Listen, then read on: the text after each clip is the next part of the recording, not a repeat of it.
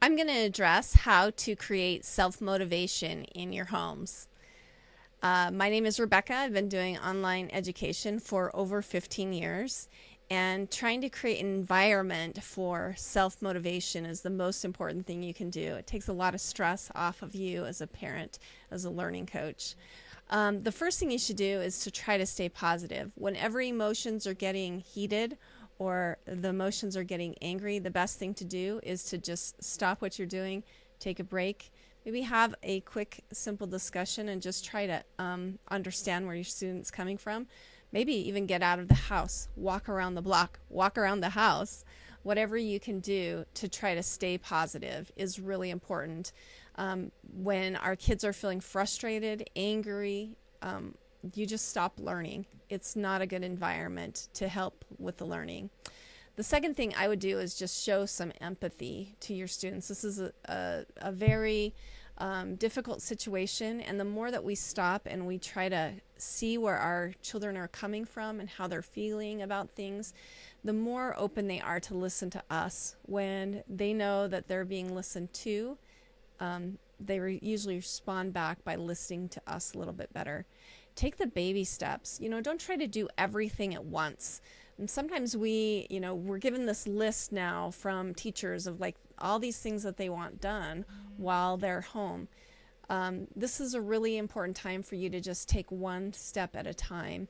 Try to add a little bit more every day. Sometimes if we just talk with our students, like, let's just get through this one thing, and then we'll see how we feel after that. It can really help a lot to create self-motivation where they're not feeling frustrated. Try to offer rewards. Try to do more intrinsic rewards, though. Try to help your student feel better about themselves, like even taking those baby steps, making it through one thing. Do a lot of attaboys. That really helps for self-motivation. It helps them feel proud of what they're doing. Any help that they're giving you around the house is really important too. It's important for them to feel like they are part of what's going on in our homes, and that helps. That self-esteem can also help with school self-esteem. Try to get outdoors. The more that you can take breaks, that they can be active, that also helps learning. It helps motivation. Our brains are meant to pause. Our brains are meant to stop. That's how it actually creates long-term memory, is if we can take a pause. If we are pushing and pushing and pushing, our students are not going to learn anything, and it just becomes more frustrating. Try to change the venue. If the student is struggling at the kitchen table, don't feel like you have to do this at the kitchen table. Get a laptop, a sofa, a favorite beanbag, outside, wherever you have to go. Sometimes if we change the venue, it helps it make it much more fun. And let your student decide where they want to do their schoolwork, where they feel comfortable. That helps a lot. If they feel like they have control over their environment, it helps them want to learn and do this. Review progress. Go over with them how far that they've come. Since you began this journey that was somewhat forced upon you, let's take a look at what we've learned from this experience. Journal.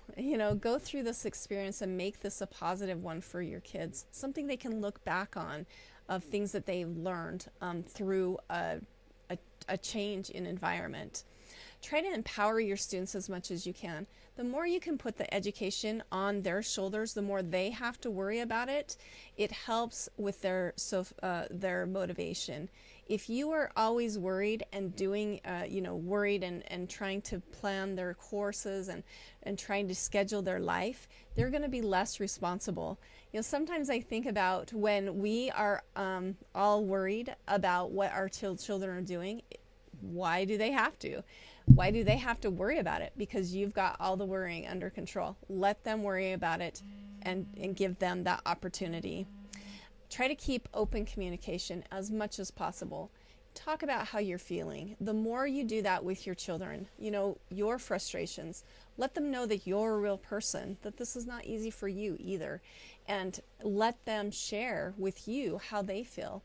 Maybe too, even though we're supposed to practice social distancing, this is a great time to do a lot of extra hugs, a lot of extra comfort.